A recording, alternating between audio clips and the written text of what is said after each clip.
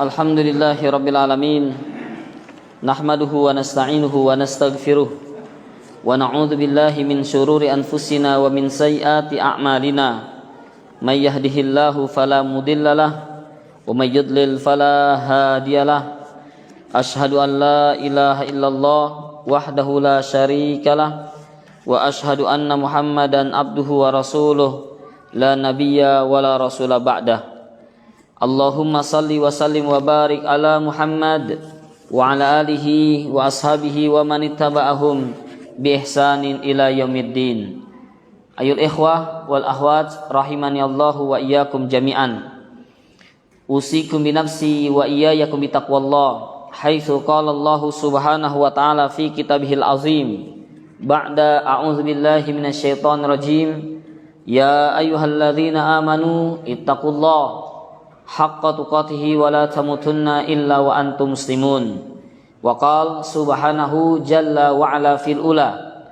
Ya ayuhan nas ittaqu rabbakumul ladzi khalaqakum min nafsin wahidah wa khalaqa minha zawjaha wa batha minhuma rijalan katsiran wa nisaa'a wattaqullaha alladzi tasaaluna bihi wal arham innallaha kana 'alaikum raqiba. Wa qala subhanahu jalla wa ala dzikruhu. Ya ayyuhalladzina amanu ittaqullaha wa qulu qawlan sadida yuslih lakum a'malakum wa yaghfir lakum dzunubakum wa may yuti'illaha wa rasulahu faqad faza fawzan 'azima. Wa ba'du, i'lamu rahimani wa rahimakumullah. Fa inna ahsanal kalami kalamullah wa khairal huda huda Muhammadin nabi sallallahu alaihi wasallam wa syarrul umur muhdatsatuha fa inna kulla muhdatsatin bid'ah wa kulla bid'atin dhalalah wa kulla dhalalatin finnar. Amma ba'd. Kepada para jamaah sekalian, ikhwan maupun akhwat, kaum muslimin dan kaum muslimat rahimani wa rahimakumullah. Alhamdulillahi rabbil alamin. Kita senantiasa selalu memuji Allah atas nikmat serta karunia, taufik dan hidayah yang Allah berikan kepada kita sekalian. Maka sudah sepantasnya bagi kita sekalian, setiap jiwa muslim maupun muslimah, untuk senantiasa selalu yakni memuji Allah, menyanjung Allah atas nikmat-nikmat yang Allah berikan kepada kita sekalian. Tentunya nikmat yang amat besar yang Allah berikan kepada kita, nikmat iman dan Islam, yang ini wajib dan patut kita syukuri bersama. Karena nikmat tersebut merupakan nikmat yang paling azim, yang paling besar, yang paling agung yang Allah berikan kepada seorang hamba, yang dapat menyelamatkan diri seseorang dari kekalnya azab di neraka jahanam. Karena setiap umat Rasul, kullu ummati yadkhulunal jannah, setiap umat Rasulullah, umat muslimin, orang Islam, mereka semuanya akan masuk surga. Walaupun dia ahli maksiat, maka akan dibersih dulu, digodok dulu, disucikan dulu. Ya, Allah keluarkan karena apa? Tertanam di dalam hatinya kalimat la ilaha illallah, yang dia mengucapkan kalimat thayyibah, kalimat la ilaha illallah. Seseorang dikatakan seorang muslim ketika mengucapkan kalimat syahadatain. Ma'asyiral muslimin azanallahu wa iyyakum jami'an. Maka terus jangan pernah kita bosan, jangan pernah kita berhenti untuk senantiasa selalu bersyukur kepada Allah Subhanahu wa taala atas dua nikmat tersebut. Kemudian marilah kita mengucapkan juga salawat dan salam semoga tercurahkan kepada Nabi kita yang mulia Muhammad sallallahu alaihi wasallam, dan juga kepada seluruh para sahabat beliau radhiyallahu ta'ala anhum jami'an, dan juga kepada seluruh yakni umat Rasulullah sallallahu alaihi wasallam. Ma'asyiral muslimin, a'azanallahu wa iyyakum jami'an. Di kesempatan yang berbahagia ini kita akan membacakan al-fawaid, yakni faedah-faedah dari hadis yang kita telah pelajari bersama. Bahwasannya hadis yang kelima dalam hadis Arba'in An-Nawawi, yakni tentang tertolaknya amalan, karena setiap manusia dituntut untuk beramal, karena dunia ini adalah darul amal, tempat kita beramal. Wal akhiratu darul jaza, sementara akhirat adalah tempat pembalasan, al jaza.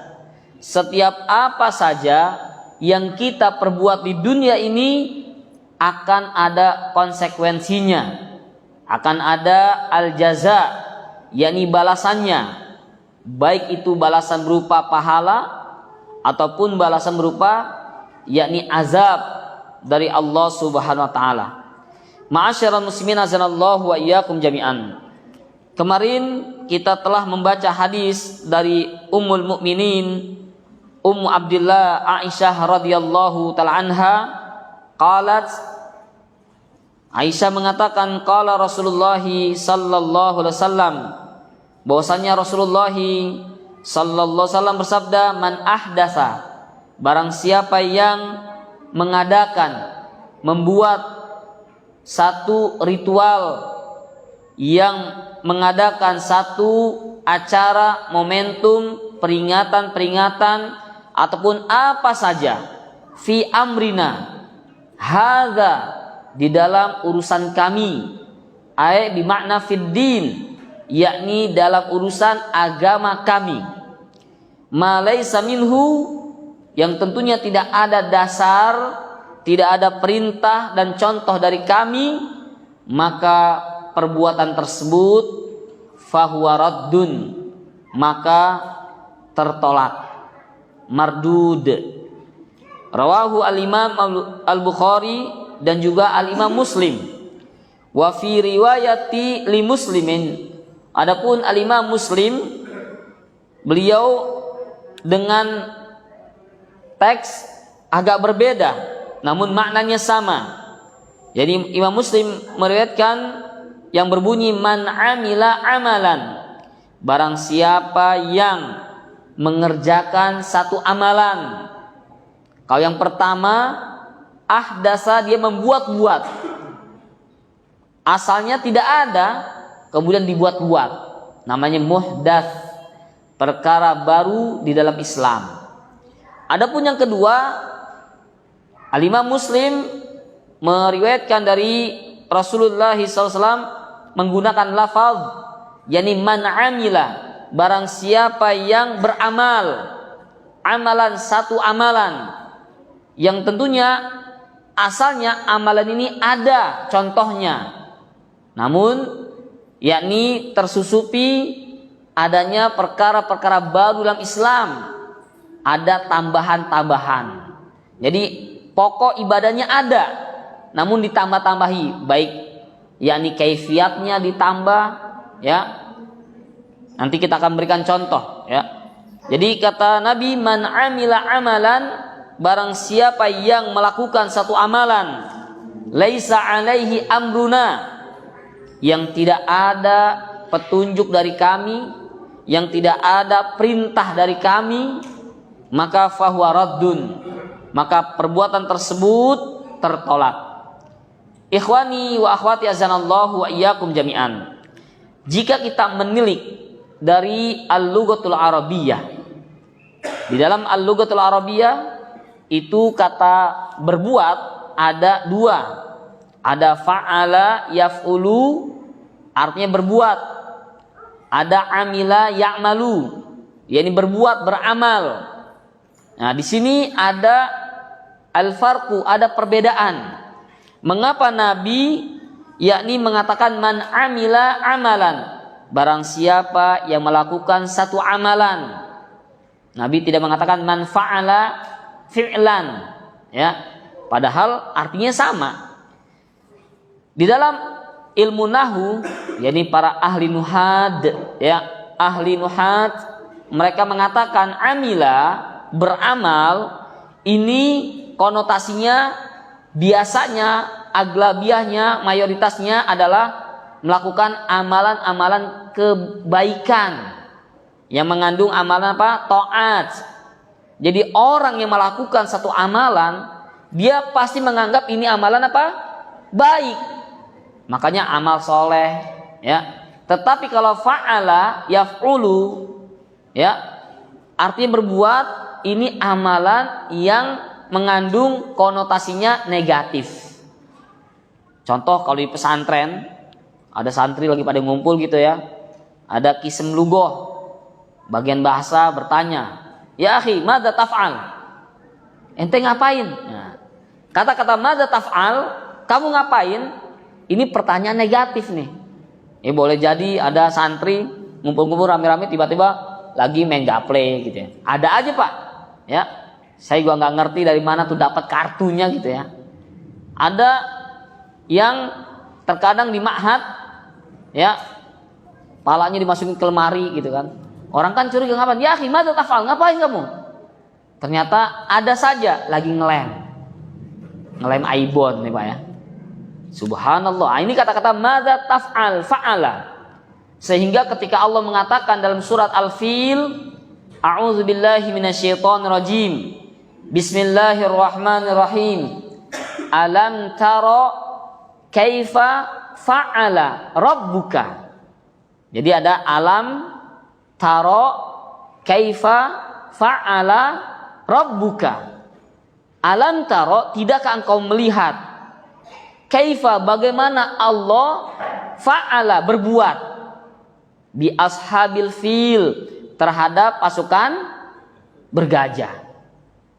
Allah menggunakan fa'ala. Allah nggak pakai alam taro kaifa amila rabbuka.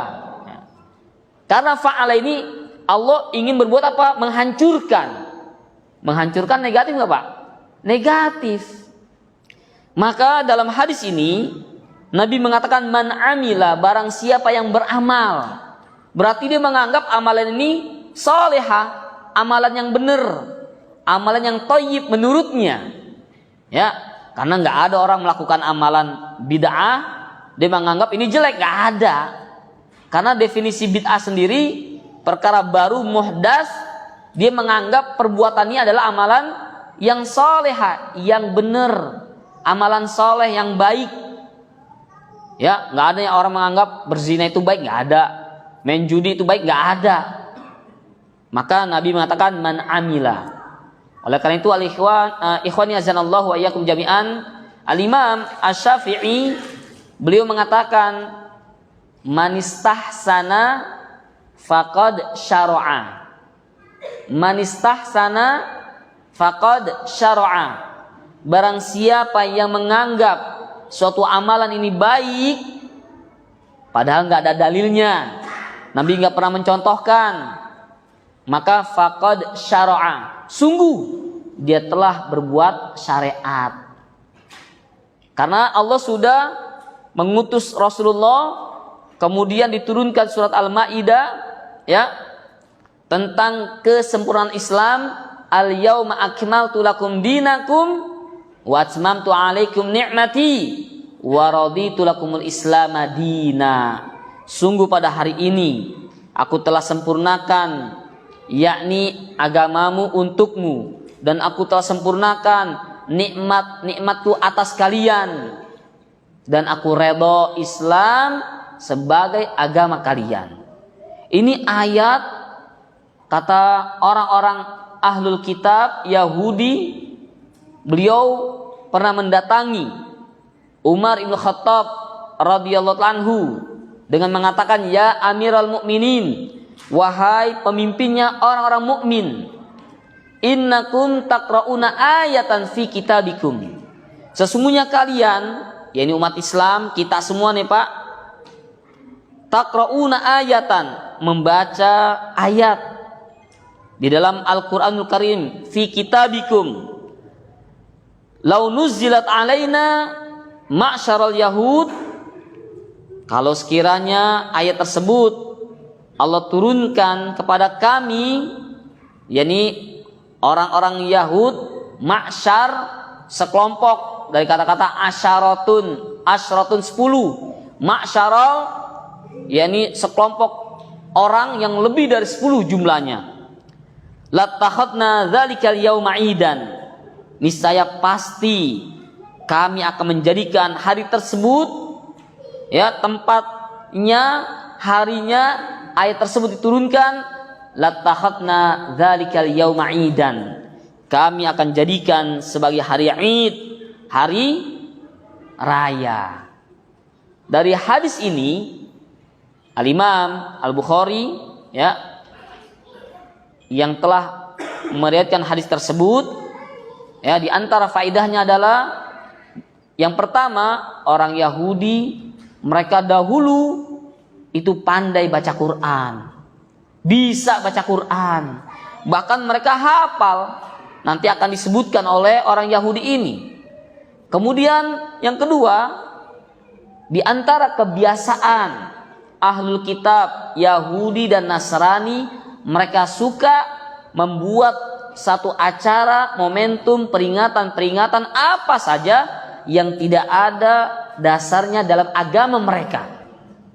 Jadi siapa saja yang suka mengadakan satu acara, ritual, momentum, peringatan di dalam Islam yang tidak ada dasarnya dalam Islam, tidak ada dalilnya Al-Quran dan Sunnah, tidak ada contoh dari Rasulullah, i'lamu, ketahuilah sesungguhnya dia telah mengikuti sunnahnya orang-orang Ahlul Kitab Yahudi dan Nasrani.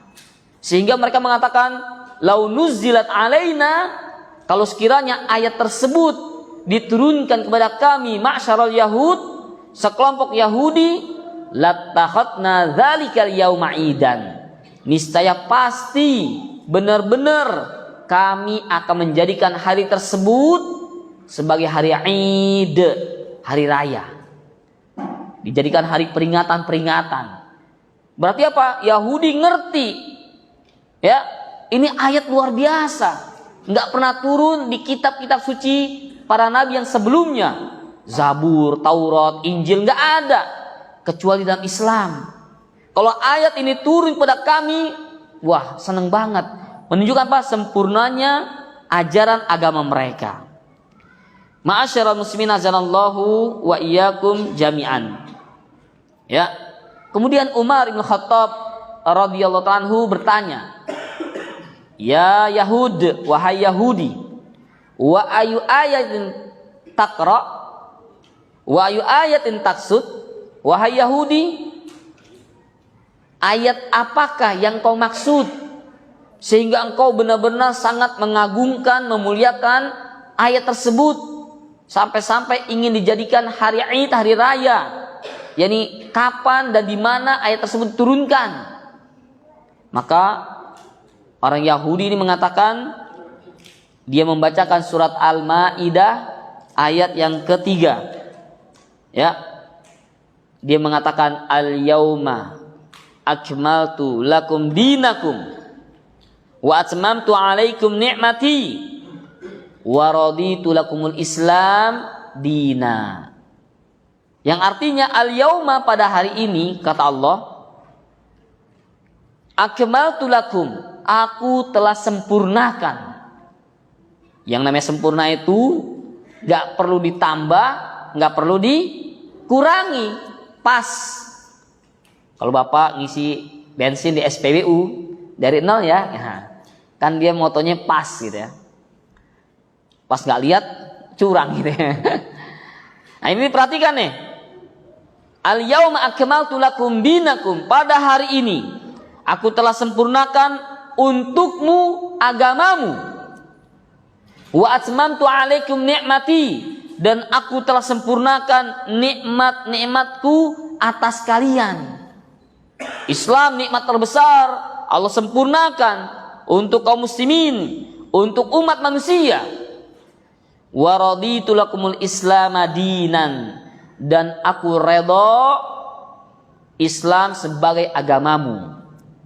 Subhanallah, Yahudi Pak, baca, nggak lihat Quran ya, dia hafalan. Orang Yahudi, walaupun sampai hari ini juga al-mustasyrikun, yakni misionaris ya, al-mustasyrikun, mereka pun berusaha juga mempelajari agama Islam.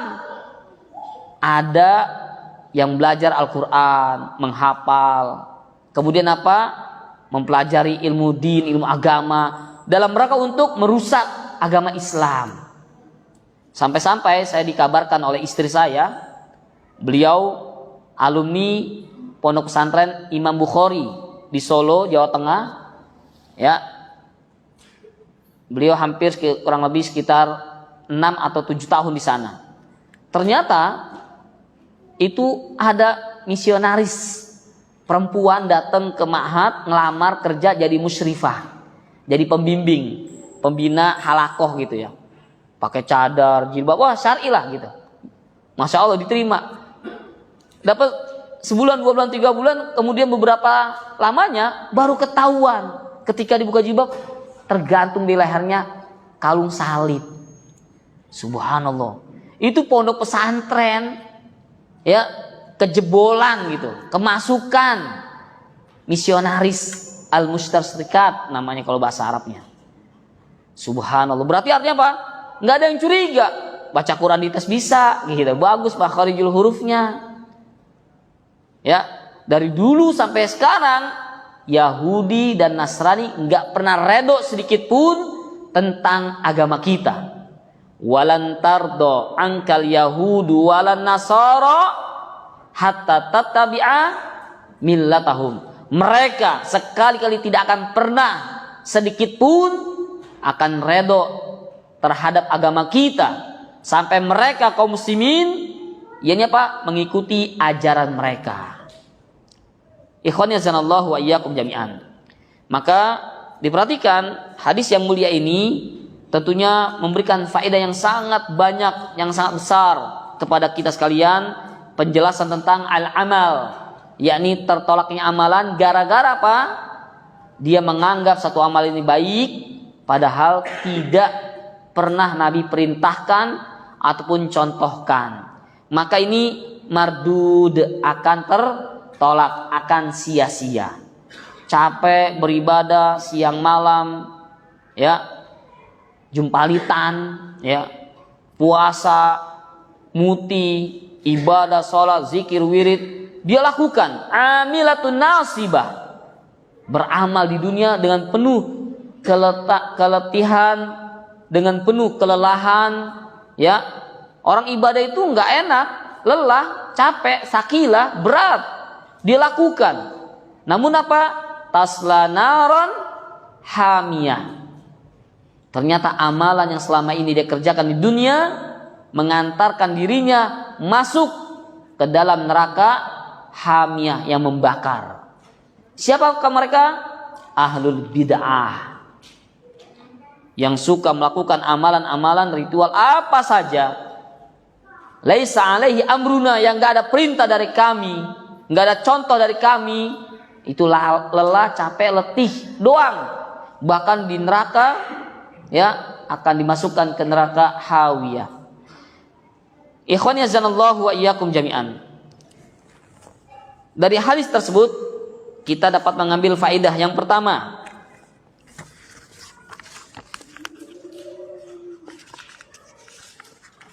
bahwasanya keharaman membuat perkara baru dalam Islam ya, hukumnya haram membuat perkara baru dalam Islam. Dalam Islam berarti apa? Tentang urusan din, agama, bukan perkara baru tentang urusan dunia. Marilah kita berinovasi, berkreasi dalam hal-hal dunia, nggak apa-apa. Dulu berdakwah nggak pakai mic, sekarang ada mic. Ini perkara dunia, berkreasi, berinovasi dalam dunia terpuji. Dulu kita ibadah, mau pergi haji, umroh, naik kapal laut berbulan-bulan, sekarang cukup 9 jam. Itu namanya berinovasi, berkreasi bagus tentang perkara dunia. Nah, ini yang dimaksud adalah keharaman membuat perkara baru fiddin, tentang urusan agama.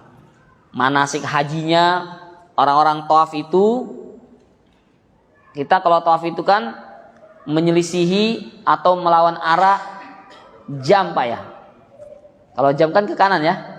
Kalau tawaf itu dia lawan arah jam itu ke mana? Ke kiri dulu ya? Ke kanan. Berarti kalau tawaf begini tuh. Nah, kalau dia lawan arah itu nih, merubah, namanya apa? Merubah ibadah. Ya. Ikhwan yazanallahu wa iyyakum jami'an. Kemudian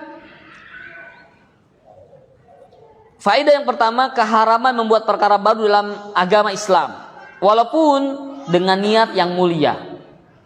Jadi amalan itu tidak cukup dengan niat saja, ya, tidak cukup, ya, meskipun hatinya merasa cocok, menerima, ya, karena apa ini?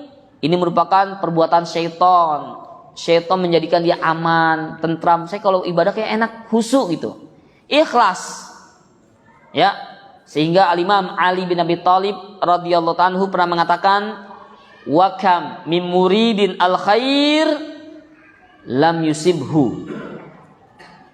Betapa banyak orang-orang yang menginginkan al khair, yakni kebaikan-kebaikan, pengen dapat pahala, pengen masuk surga, ya, pengen diampuni dosanya.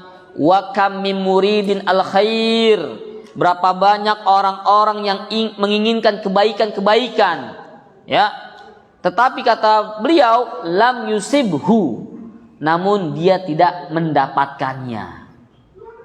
Kenapa? Tadi dia beramal walaupun ikhlas karena Allah, tapi tidak mengikuti Rasulullah, Nabi nggak contohkan, maka mardud, tertolak. Ikhwan yazanallahu wa iyyakum jami'an. Kemudian yang kedua, syarat diterimanya amalan itu ada 2. Ya, ini faidah dari hadis yang kelima. Syarat diterimanya amalan itu ada 2. Yang pertama, ikhlas lillahi ta'ala. Harus ikhlas karena Allah, nggak boleh karena yang lain. Ya, dalam beramal harus karena Allah, bukan karena perkara-perkara dunia, kecuali ada dalil yang memerintahkannya atau menjelaskannya. Misalkan disebutkan dalam hadis dari Al-Imam Muslim, tadawi amrodikum bisadaqah, berobatlah kalian, obatilah penyakit kalian dengan sedekah. Ya, orang bersedekah tujuannya biar apa? Diangkat penyakitnya. Ada keterangan dalam hadis, maka boleh. Kan kesembuhan dunia enggak, Pak? Dunia, boleh, karena ada keterangan. Tapi tentunya orang bersedekah harus ikhlas karena Allah, dan dengan itu Allah akan angkat penyakitnya. Kalau yang enggak ada keterangan, di sholat malam, ya, niatnya pengen cari jodoh. Ya Allah, belum kawin-kawinnya gitu. Sholat malam dia. Nah, niat sholat malam karena dapat jodoh, ini harus ada dalil. Tetapi ketika dia sholat malam, kemudian dia berdoa minta jodoh, boleh. Bedakan niat dengan doa. Kalau doa minta apa saja boleh. Tapi semata-mata orang sholat karena ingin mendapatkan pekerjaan, dapat jodoh, berarti apa? Ketika sudah mendapatkan jodoh, dapat kerjaan, nggak sholat lagi. Beda dengan dia sholat niat karena Allah, setelah itu dia berdoa minta kebaikan dunia dan akhirat, minta dapat pekerjaan, minta dapat jodoh. Kalau yang sudah kerja minta ditetapkan pekerjaannya, tidak di PHK dan seterusnya. Kalau dalam doa boleh. Ikhwan yazanallahu wa iyyakum jami'an. Maka syarat diterimanya amal ada 2. Yang pertama, ikhlasun lillah, harus ikhlas karena Allah. Yang kedua, al-ittiba', yakni mengikuti Nabi. Ya, mengikuti tuntunan Rasulullah sallallahu alaihi wasallam. Adapun dalil yang menunjukkan hal ini, yakni bahwasanya syarat diterimanya amal dua. Yang pertama ikhlas. Di dalam hadis arba'in diterangkan dalilnya, yakni tentang hadis yang pertama, innamal a'malu binniyat. Sesungguhnya amalan seseorang itu tergantung dengan niatnya. Innamal a'malu binniyat. Sesungguhnya amalan seseorang itu tergantung dengan niat-niatnya. Wa innamal likulli imri'in ma nawa. Dan seseorang akan diberikan ganjaran pahala sesuai dengan apa yang dia niatkan. Faman kanat hijratuhu ilallahi wa rasulih fa hijratuhu ilallahi wa rasulih. Barang siapa yang hijrahnya karena Allah, karena Rasulnya, maka hijrahnya dia akan mendapatkan karena Allah dan Rasulnya. Itu di hadis yang pertama, hadis yakni innamal a'malu binniyat. Ini dalil yang menunjukkan bahwasannya amalan itu harus ikhlas karena Allah Subhanahu wa taala. Kemudian ini dikenal dengan amalan batin, amalan hati. Jadi ikhlas itu Pak tidak bisa kita hukumi dengan zahirnya. Oh ini ibadahnya nggak ikhlas nih, sholatnya aja begini. Itu nggak bisa, karena niat itu adanya di mana? Di hati. Ada orang berinfak 100.000, orang-orang mah dilipat gitu, dia nggak, lipatnya agak gedean dikit gitu. Oh nggak ikhlas nih, nggak bisa. Kita nggak bisa menghukumi dia ikhlas atau tidak. Atau ada orang infak sedekah 1 juta diumumkan, alhamdulillah kami pengurus masjid Nurul Hidayah mendapatkan infak dari, disebutkan Abdullah bin siapa gitu, sebesar 1 juta. Nggak masalah, barangkali buat motivasi yang lain. Masya Allah, dia ngasih 1 juta loh, kerjanya cuman apa sih, dia pedagang doang, saya PNS ya, saya pengusaha ini nih, cuma ngasih 200.000 buat pembangunan, pengen masuk surga gitu ya. Mungkin termotivasi. Maka tentang niat, keikhlasan nggak bisa kita hukumi secara zahir, karena itu amalan apa? Al-qalbi, amalan hati. Sementara hadis yang kelima ini, yakni hadis tentang ittiba, dalil yang menunjukkan diterimanya amalan itu harus ittiba'ur rasul, mengikuti Rasul. Karena Nabi katakan man amila amalan laisa alaihi amruna fahuwa raddun. Maka harus mengikuti Rasulullah. Ini yang dikenal dengan amalan jawarih, amalan anggota tubuh.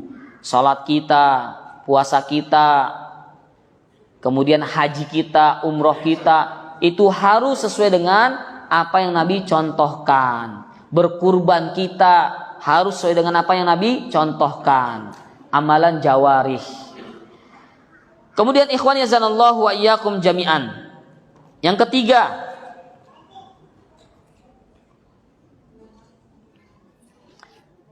hadis ini menunjukkan bahwasannya setiap amalan yang baru dalam Islam, perkara baru dalam Islam, perkara muhdats atau bahasa lain bid'ah, itu semuanya adalah mazmum, tercela. Ya. Jadi nggak ada istilah bid'ah hasanah. Ya, perkara bid'ah hasanah itu tidak ada dalam Islam. Ya. Ikhwan yazanallahu wa iyyakum jami'an. Karena apa? Nabi katakan setiap amalan yang tidak Nabi contohkan maka tertolak. Berarti amalan tersebut mazmum, tercela. Kenapa tercela? Karena tertolak. Kalau tertolak berarti Allah nggak terima. Terlebih lagi ada orang yang mengatakan bid'ah itu terbagi menjadi 2 macam. Ada bid'ah hasanah, ada bid'ah sayyi'ah. Ya, ada lagi membagi bid'ah itu ada 5. Bid'ah yang wajib, yang sunnah, yang makruh, yang mubah, yang haram. Ini bid'ah bukan hukum taklifi, bukan hukum fikih. Bid'ah ini kata Nabi, kullu bid'atin dolalah. Setiap bid'ah. Kata-kata kullun ayat di mana al-jam'u, semua, seluruh. Ya, Allah katakan kullu man 'alaiha fan. Ya, dalam surat Ar-Rahman, nanti pada yaumul kiamat seluruh yang ada di atas bumi di langit akan hancur semuanya. Kullu man 'alaiha fan, akan hancur, fana. Apa ada yang tersisa? Enggak ada. Ya, kata-kata kullun ayat di mana al-jam'u, seluruhnya. Kalau kita membagi bid'ah menjadi dua, hasanah, bid'ah sayyi'ah, seakan-akan kita ngajari Nabi. Wah, Nabi kurang tepat nih, harusnya jangan pakai kullu gitu ya. Ba'du bid'atin dolalah gitu. Pakai sebahagian. Kita seakan-akan ngajarin Nabi. Wa iyadu billah. Ya. Sudah masuk waktu salat Isya? 1 menit lagi, Pak. Thayyib.